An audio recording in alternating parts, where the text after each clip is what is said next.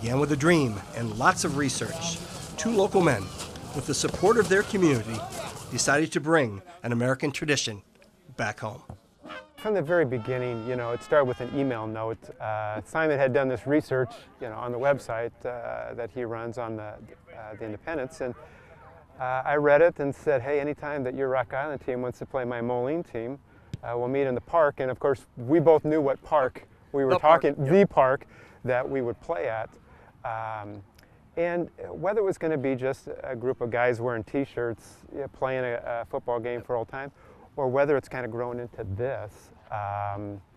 The city, Hauberg, the Friends of Douglas Park, everyone has kind of rallied and really have one by one said, what do you need to do this? And I guess that's Midwest hospitality. Thanks to Chris, who found my research, and he had an interest in everything, and he said, let's play a game and see what happens. And I said, wow, I've always wanted to see a game at Douglas. That would be awesome to do, but it's going to be a lot of work, and he was up for it, and we had a great network of people that were interested. So each year, we're trying, we couldn't do it without the crowd and, everybody getting interested, and the crowd comes out, and then, they start talking in the community, and then there's rumors that Douglas Park may not exist anymore, or whatever they were going to do, and people there spoke up and said, hey, they're using it for this game, and so I think just the community has really rallied behind it, and it's helped out definitely.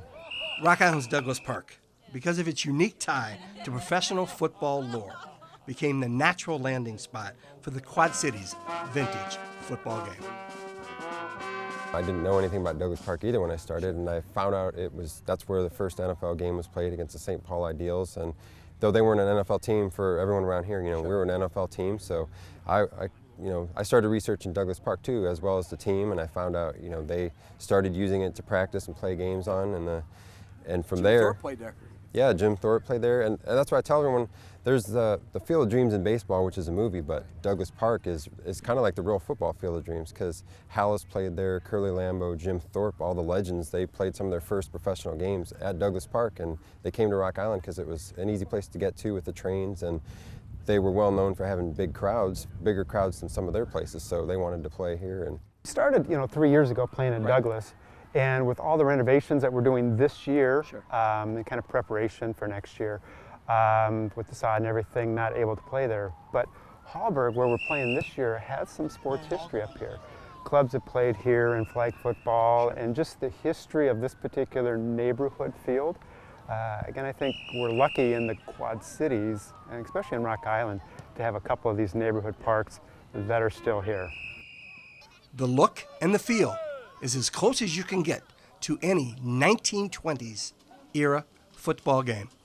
So the challenge of finding some place to find old jerseys, to have replica jerseys made. These are actually from a company up in Canada called Barbarian. They've been great to work with. We tell them what we wanted, and so they're all custom made.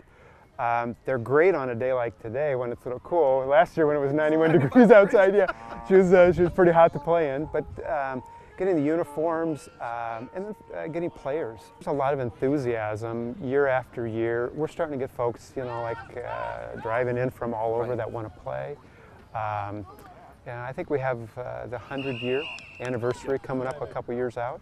And talking with someone from the city. I mean, last night to hear him say, hey, Simon, Chris, just so you know, we're all in on vintage American football. It's so much fun for all the players, and everyone's so excited, and you tell people about it and they don't really know what it is till they come out here and see it or play it for themselves. So basically we took modern day flag football safety rules, so no diving and lowering your head and all that, so we wanted to start with that. And then we sort of shrunk the field by about 20% since we're a little bit older and everything. So that was the number 1 and 2 thing we did, and then we shrunk the players, so it's 9 on 9 instead of 11. So we got 3 linemen instead of 5. So basically, it's really 1920. We picked that year because the NFL started that year, and because I actually have a 1920s rule book, so I was able to go through it and see the differences between now and then. Now Jim Barnes is the one who helped us last year and this year. He's a former Augustana coach, so he knows everything, and he's a lot of fun. He likes to, just make stuff up about the players. But yeah, I try and tell them, explain what we're doing so everyone's not just sitting here watching. They might not understand why we threw an incomplete pass in the end zone. Well, back then that was a touchback, kind of like now when they fumble in the end zone. So he'll explain that and say, hey, all right, they made a touchdown, now we're going to try an extra point. And back then they would go stand in the the end zone, and the other team would line up across the 20 and just kick it instead of having a rush like they do now. So he'll explain, this is how we did it back then, and everyone just thinks it's really cool to do, and they learn something when they come out here, and it's really like a family event. Everyone can bring their families out. It's free. Just everyone have an interest, and the interest keep growing. So Chris and I, we really are doing a lot less than we did the first year. It's like everybody wants to pitch in, the players. People help us put up a scoreboard this year. Just the community helping out, and they all like it. And someone just drove by and told me, "Hey, what are you guys doing? You playing rugby?" And I told him what it was, and he's like, "We live across the street. We're going to come check it out." Simon and I aren't the ones who made this up. We were the ones that kind of just dug up the bones. And I think by how do you make this come back to life? Partly it's our love of football, our love of the game, and now it's our community. We've always had this Moline versus Rock Island, but that year in 1920 we never played. So this is a chance for go back our high school years, little trash talking out there in the field. So it's all good fun, good guys.